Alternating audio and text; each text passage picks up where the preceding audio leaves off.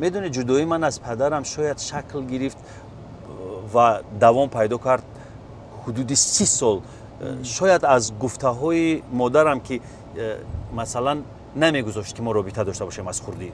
خب مادرتون بله نمیگذاشت و من کودک بودم. همه این معلوماتی مثلا خیلی سخت و معلومات خیلی هضم نشونده رو مجبور میکرد، به سر من بار میکرد که من این رو هضم بکنم و در نظر من خانواده پدرم مثلا یک دشمن پدید می آمد که این هم با شرافت همون حرف و هجاهایی بود که به سر یک کودک بار میشد.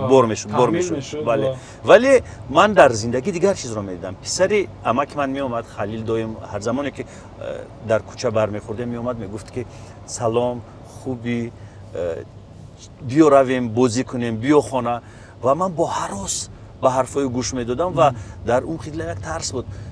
خلیل با من تنگه هایش رو از جیبکش برآورده میداد، میگفت که این تنگه ها رو بگیر. ولی 30 ساله شدم، بعد رفت آمد شروع شد، آغوشش گرفتم، بوسیدمش، عذر خواستم که من 30 سال نتوانستم در کنارتون باشم. گریه کردیم با هم، شادی کردیم، دعا داد.